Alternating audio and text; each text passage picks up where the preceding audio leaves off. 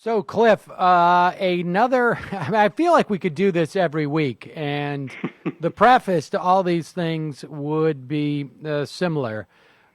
We keep, we thought when you and I would be talking about this time period, in particular after the conventions, that August is traditionally a pretty slow month, right? We see some bumps in some polling, and then it settles back down, and we get back into the normal rhythm of the race.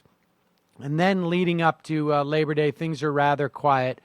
We are seeing, and obviously anything can happen, but anything doesn't always happen. And we are seeing the slow and I guess maybe the rapid descent of Donald Trump down to where even his theoretical, I guess, basement floor number could be, right? Because there's a certain amount of polarization. Even Right. George W. Bush, when he left office, had a 32% approval rating. But this week, more very damaging stuff about Donald Trump, or at least his campaign.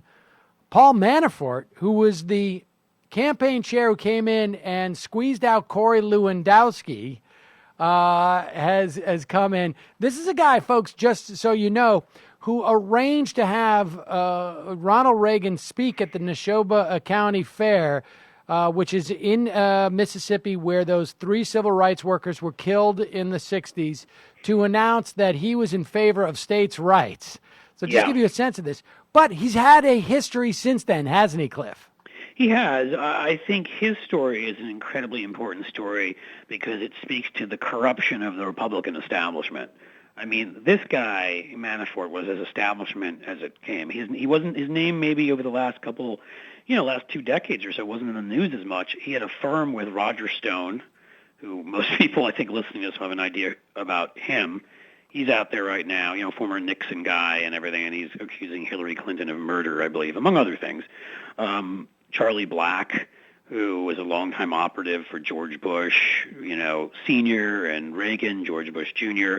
Manafort had a firm with them, and he sort of broke away on his own and started working for foreign dictators. So if you think it's shocking that he would go in 1980, a decade and a half or so after these kids are murdered, as you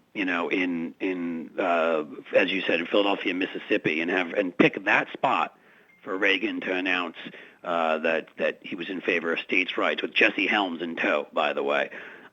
What he's done abroad would probably sicken you. I don't know if he can be more sickened than that, but he's worked with Ferdinand Marcos very closely. He did in the 80s, and took all sorts of payments there.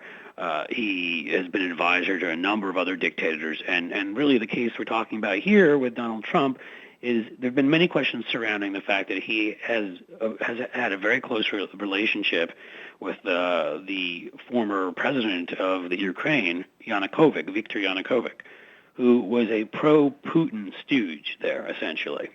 And Manafort, quite explicitly, if you look at State Department documents, was working against Western interests after Yanukovych left, was working against what the aim of our State Department was there. But while he was there with him, and he lived there very comfortably, what now the investigators in the Ukraine have said, because Yanukovych was kicked out and had to leave the country a couple years ago when they elected someone else, thankfully for them, that they set up a number of shell companies through which to launder what were funds belonging to the public into becoming private funds, where you get to do things like buy yourself nice yachts and estates and that kind of thing. And they found a ledger in some of these documents that claims that there was a $12.7 million until now undisclosed cash payment that was supposed to be paid to Manafort.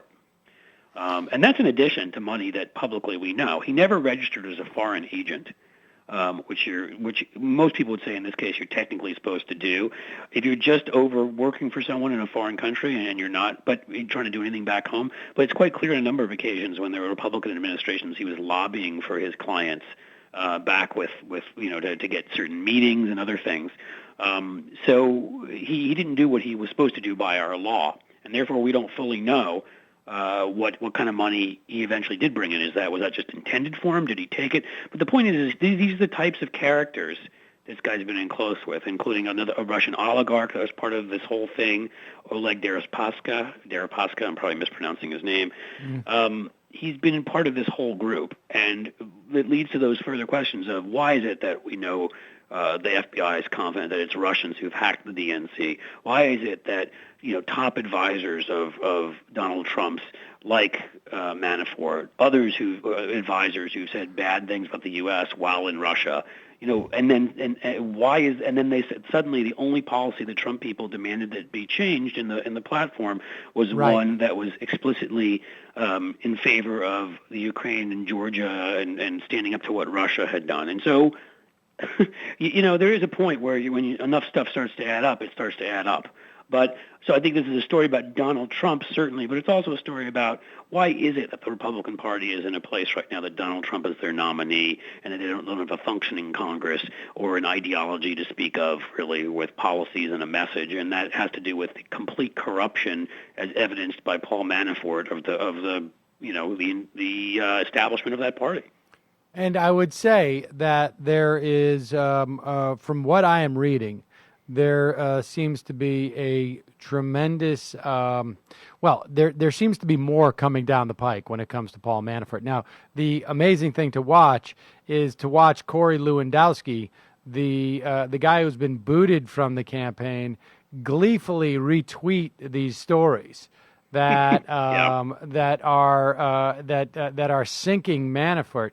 And this is coming at a time where this type of distraction is obviously not to the favor of the Trump campaign. I mean, we have seen an unprecedented amount of panic from the Republican Party, from conservative media types.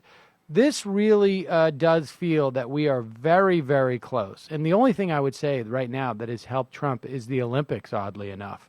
It took a little attention off of all of his missteps. Indeed.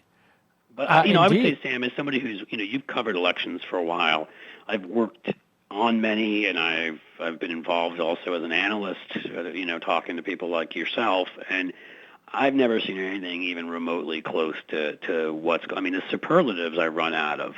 A lot of it is Trump's personality and the fact that clearly anyone who saw him should have known he was not fit to, let's not talk about being a presidential candidate, that this was never something he should have been. He didn't have what it took and didn't come close.